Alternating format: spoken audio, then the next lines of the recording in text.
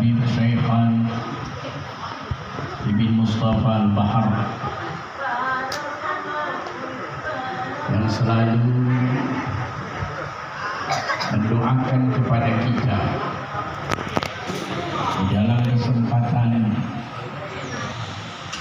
saat-saat kita hadir dan berharap kepada Allah Subhanahu wa Ta'ala dengan berkah kekasih-kekasihnya. Mudah-mudahan berkah hadirnya kita pada malam hari ini di Istana Al-Bahar, mudah-mudahan Allah bukakan di hati kita, yaitu segala apa yang menjadi keselamatan untuk dunia dan akhirat kita. Amin ya rabbal alamin. Amin. Tidak lupa kepada seluruh jamaah, para muallimin, para kiai, para habaib, para asatidzah, bapak-bapak, ibu-ibu, adik-adik remaja putra dan putri. Mudah-mudahan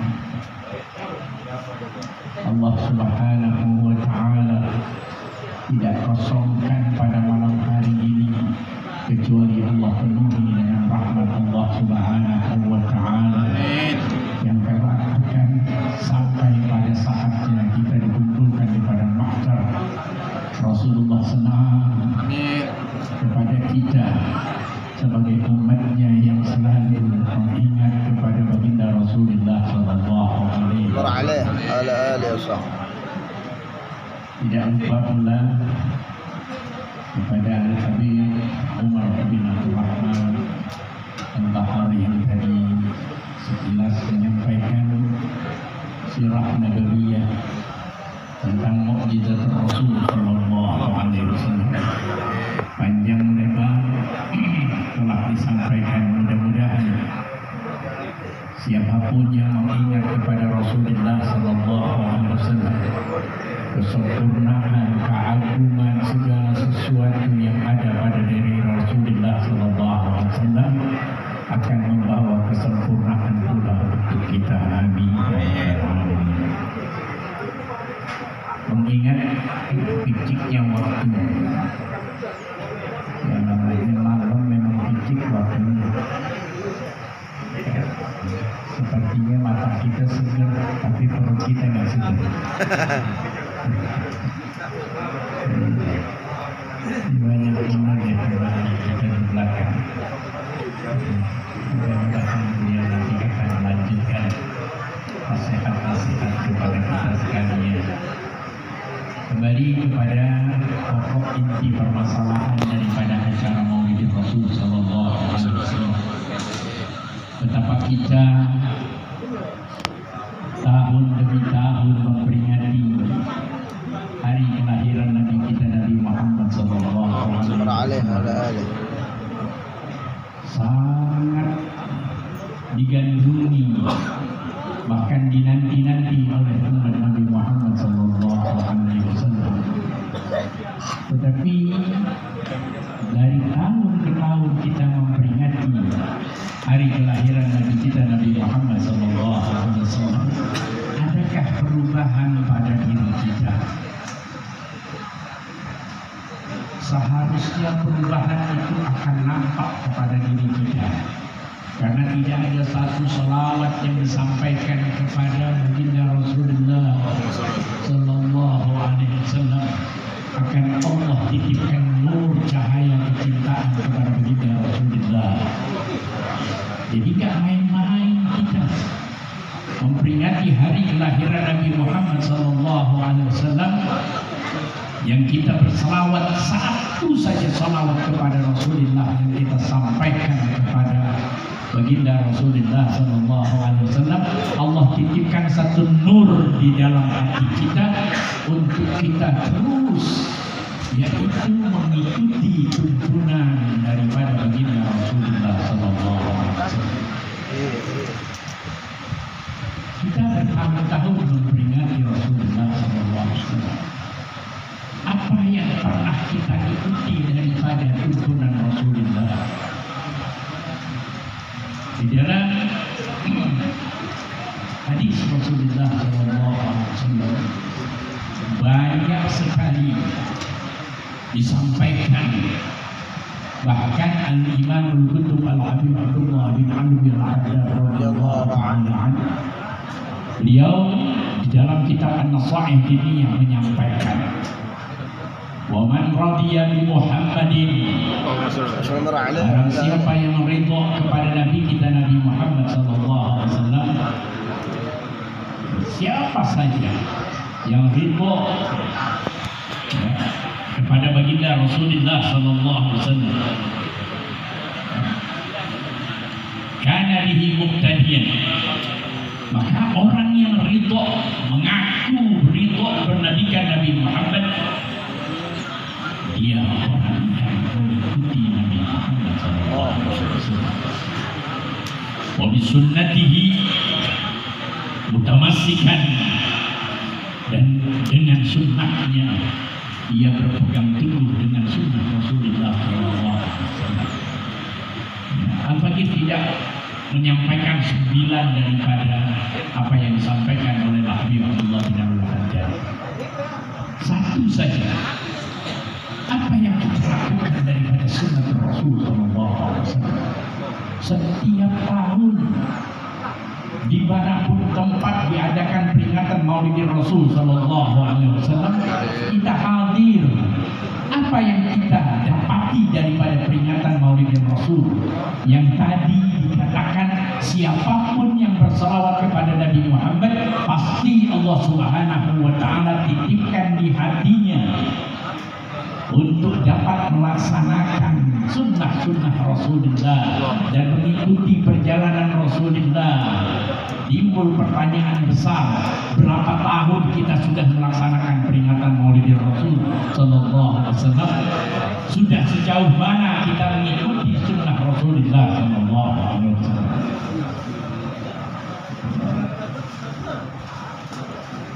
Kira-kira sudah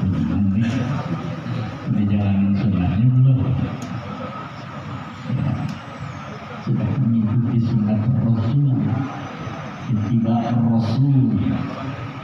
Baik, saya tidak akan panjang lebarkan karena memang ini pembahasannya harus mapan dan dalam dan makan waktu yang nggak bisa disampaikan dalam satu acara Maulid Rasul sallallahu alaihi wasallam. Cuma Al-Faqih ingin mengambil satu perkataan daripada Imam Ali karramallahu wajhah. Ada yang mengatakan di nushatin, di dalam satu nushah, di dalam satu kitab yang lain, itu perkataan yaitu Sayyidina Umar radhiyallahu ta'ala anhu, di mana perkataan daripada Imam Ali atau Sayyidina Umar radhiyallahu ta'ala anhu, beliau mengatakan ad-ni'amu,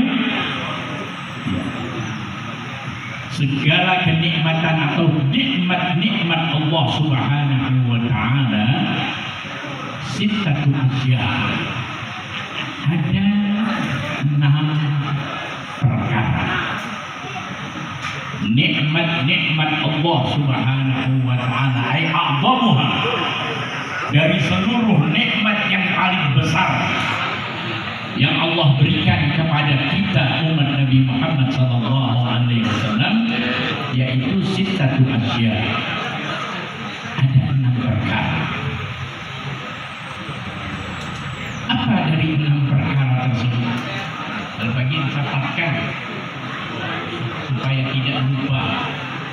Memang ini adalah perkataan yang agung dari manusia agung, orang-orang yang begitu setia mengikuti baginda Rasulullah SAW.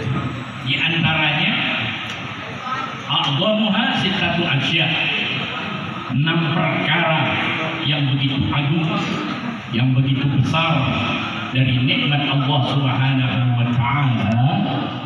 Yang pertama adalah al-Islam, nikmat yang paling besar yang kita sudah tahu sejak kecil. Nikmatul iman wa ni'matul Islam itu adalah nikmat Allah yang paling besar. Ya. Ini mohon maaf, bukannya sedang ceramah. Al-Faqih bukan penceramah, tapi diundang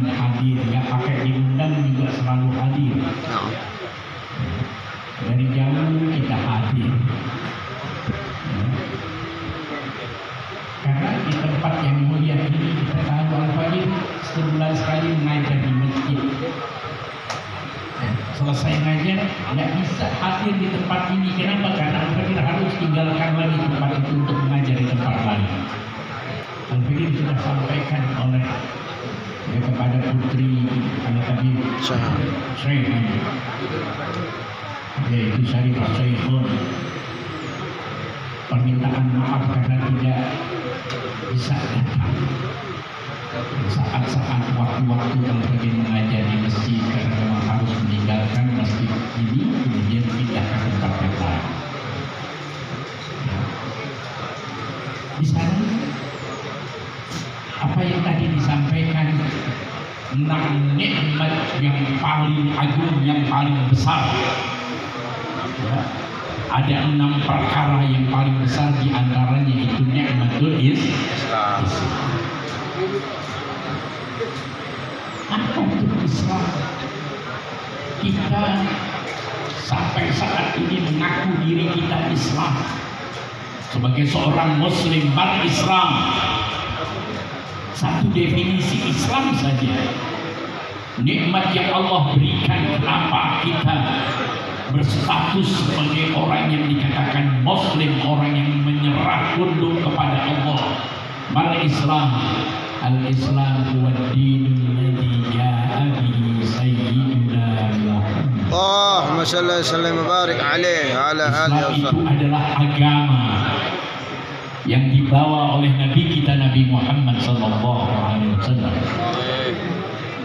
Untuk apa Nabi Muhammad membawa agama Islam? Bukankah para anbiya yang lain juga bawa agama Islam? Bukankah Nabi Allah Adam sampai Nabi Allah Isa membawa agama Islam? Kenapa harus ada definisi lagi tentang Islam yang dibawa oleh Nabi Muhammad? Apa bedanya Islam yang dibawa oleh Nabi Adam sampai Nabi Isa sampai kepada Nabi Muhammad?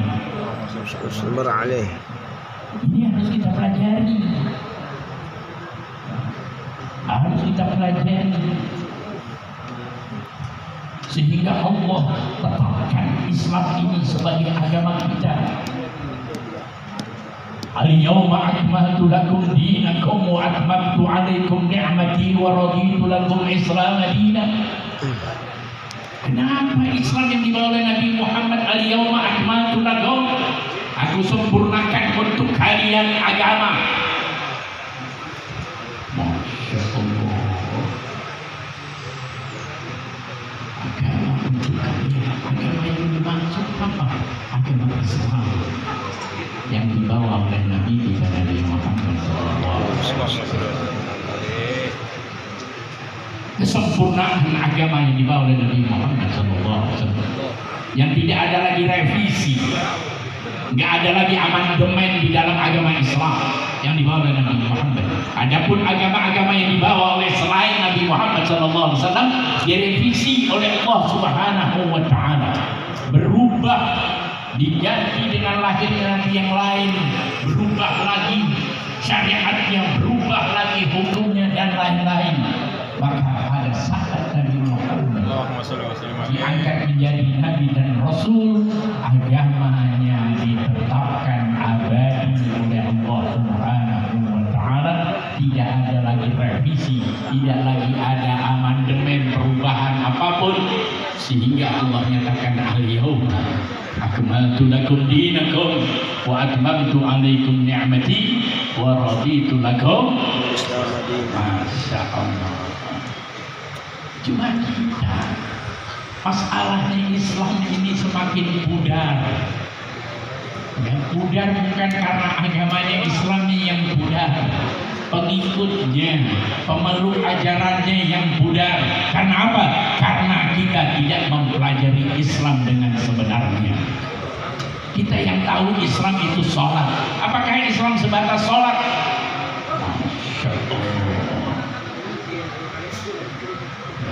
Ini memang harus dibuka secara luas, tapi nggak mungkin dibahas secara menyeluruh. Cukuplah bahwa Kita harus punya pegangan bahwa Islam ini adalah agama yang telah disempurnakan oleh Allah Subhanahu wa Ta'ala, yang tidak akan pernah ada lagi perubahan.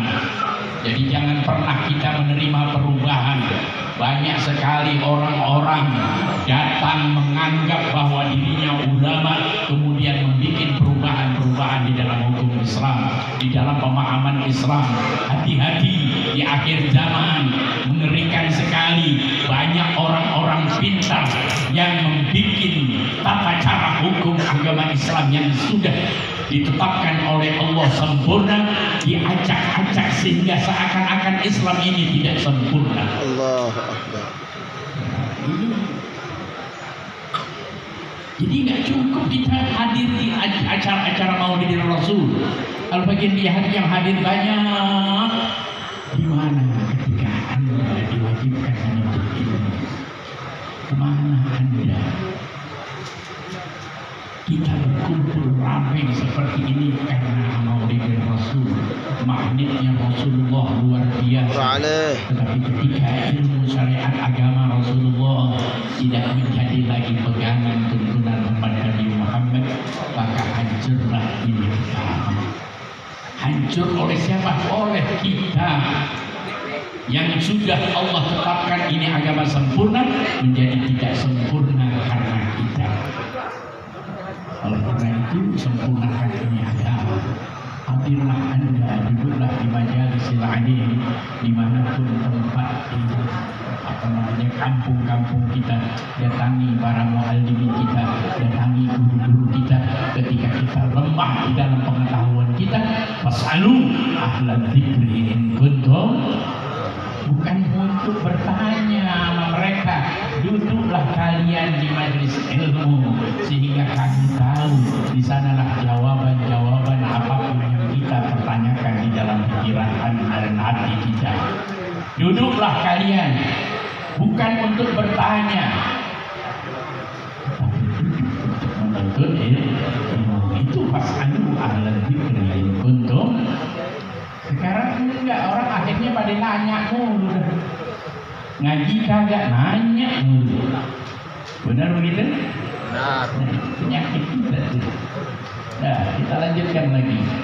Selain al-Islam wal Quran, jadi nikmat Allah yang paling besar di antaranya selain Islam adalah Al-Quran. Hakaman wa imaman. Isaya itu Al-Quran ini sebagai hakim, ya, Al-Quran ini sebagai hakim. Sekarang siapa yang mau merujuk kepada hukum Islam, yaitu yang ada di dalam Al-Quran? Hilang sudah hukum-hukum Al-Quran. Nomor 1000 hukum Al-Quran. Ya, kalau kita mendengar ya, apa yang disampaikan oleh Habib Muhammad Rizik Syihab ya, dalam acara 212 apa? Al-Quran imam kami. Benar itu? Tidak cukup imam. Banyak disampaikan oleh Habib Muhammad Rizik. Pedoman kami, tuntunan kami, itulah hakam. Ya. Ambil hukum yang ada di dalam Al-Quran di dalam kehidupan kita. Tapi tidak ada sekarang umat Islam jauh daripada hukum Islam. Pembagian waris aja maunya bagi rata. Benar gitu? Padahal warisannya kagak ada. Apa yang mau dibagi rata?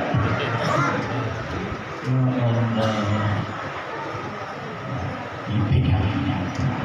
Itulah nikmat daripada Allah. Nggak usah pusing-pusing bikin susun hukum. Kenapa hukum Belanda masih kita gunakan hingga saat ini?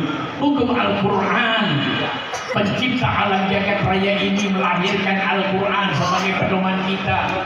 Kok nggak dipakai? Makanya hancurnya umat Islam di negeri kita karena tidak merujuk kepada hukum Al-Quran. Ya. Ustaz, ini kan negara Pancasila, nggak bisa diterapkan. Terapkan di dalam rumah tangga Anda. Terapkan di dalam rumah tangga Anda. Kalau semua kaum muslimin menerapkan hukum Al-Quran di dalam rumah tangganya, secara otomatis negara akhirnya mengikuti karena rakyatnya memakai hukum Al-Quran. Ini kan umat Islamnya nggak pakai. Bagaimana mau diterapkan hukum? Ya ini kembali kepada para sahabat Rasulullah. Ya Allah, mereka betul-betul berpegang teguh kepada Al-Quran. Baik, yang ketiga adalah nikmat yang paling besar adalah Muhammad Rasulullah. Allahumma shalli wa sallim wa barik alaihi. Lahirnya Nabi Muhammad adalah nikmat yang paling besar. Tanpa lahirnya Nabi Muhammad, bukan saja tidak ada alam jagat raya ini, bahkan tidak ada agama Allah. Karena Allah titipkan ini agama, kesempurnaan agama pada baginda Rasulullah SAW. Kita memperingati kelahiran Nabi Muhammad, berarti kita memperingati pula lahirnya agama Islam. Syukur, terima kasih kepada Allah Subhanahu wa Ta'ala bahwa lahirnya Nabi Muhammad SAW salah satu nikmat Allah yang paling besar, yang paling besar, yaitu ada 6 di antaranya tadi: Islam, wal Quran, wa Muhammadun sallallahu alaihi wasallam. Banyak sekali hal-hal yang telah disampaikan setiap tahun peringatan Maulid Rasul yang tak putus-putus. Acara Maulid Rasul bermacam-macam para mubalighin mensifati tentang yaitu kemuliaan Nabi kita Nabi Muhammad SAW. Masuk kepada yang keempat. Yang keempat yaitu al-afiyah. Al-afiyah. Apa itu al-afiyah? Difa'ul makari. Ya, al-afiyah yaitu difa'ul makari, yaitu menghindari apa yang tidak diinginkan. Al-afiyah, al-afiyah artinya keselamatan, afiyah artinya kesehatan. Ya, siapa orang yang kondisi fisiknya afiyah, selamat, ya, fisiknya sehat, itu adalah nikmat daripada Allah Subhanahu wa Ta'ala. Sekarang permasalahannya, sehat fisik kita, fisik kita sehat luar biasa, Allah berikan kesehatan.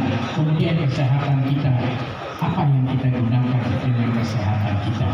Apakah kita gunakan untuk ibadah kepada Allah Subhanahu wa Ta'ala?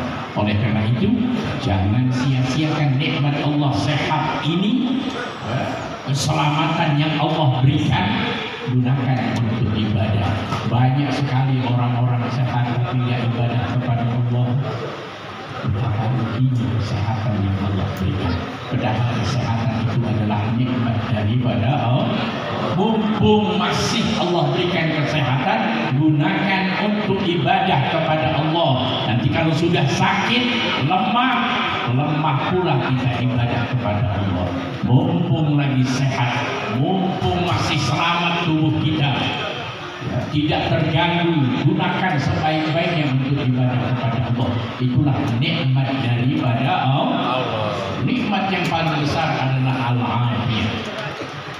Jaga betul ini kesehatan kita. Ya. Berapa banyak orang yang selamat tapi tidak afiyah? Artinya tidak apa? Tidak selamat dia. Tidak selamat. Dia selamat, Ustaz, sehat badannya segala sesuatunya, tapi fisiknya nanti akhiratnya nggak selamat, akan dituntut oleh Allah. Nikmat Allah berikan afiyah, kenapa digunakan untuk maksiat kepada Allah Subhanahu